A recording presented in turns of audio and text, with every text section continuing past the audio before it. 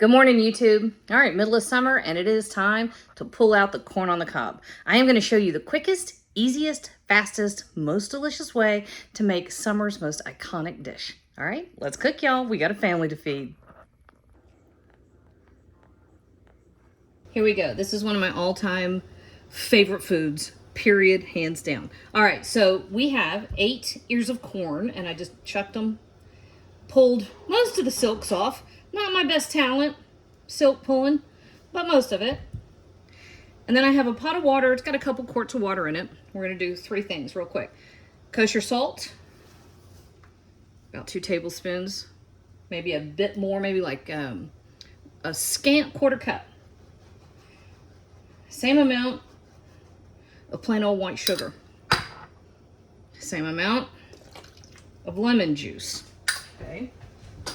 And let's come up here. We're gonna give that a quick stir. My grandfather used to say that you would start the pot boiling and then go pick your corn. It needed to be that fresh. All right, we're dropping our corn in. I've heard that from more than just Granddaddy though. And okay. Turning that all the way down. It's fine. You don't really want it to boil. And I'm setting a timer for 10 minutes, okay? Easy peasy. That's almost all you got to do. All right, we are good to go. Our timer's going off. And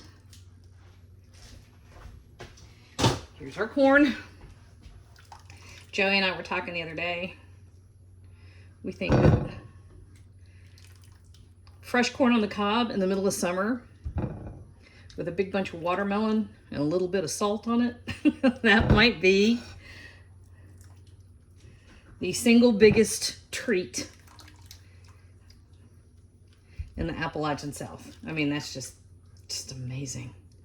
And doing your corn this way, just that bit of sugar and salt, a little bit of lemon juice, brings out the sweetness. And it's amazing. Okay, so now, the only thing left to do, if you want, you can, just a bit of kosher salt. You can top that with a bit of butter and let that melt all the way through. And that, y'all, is how you make everybody your best friend.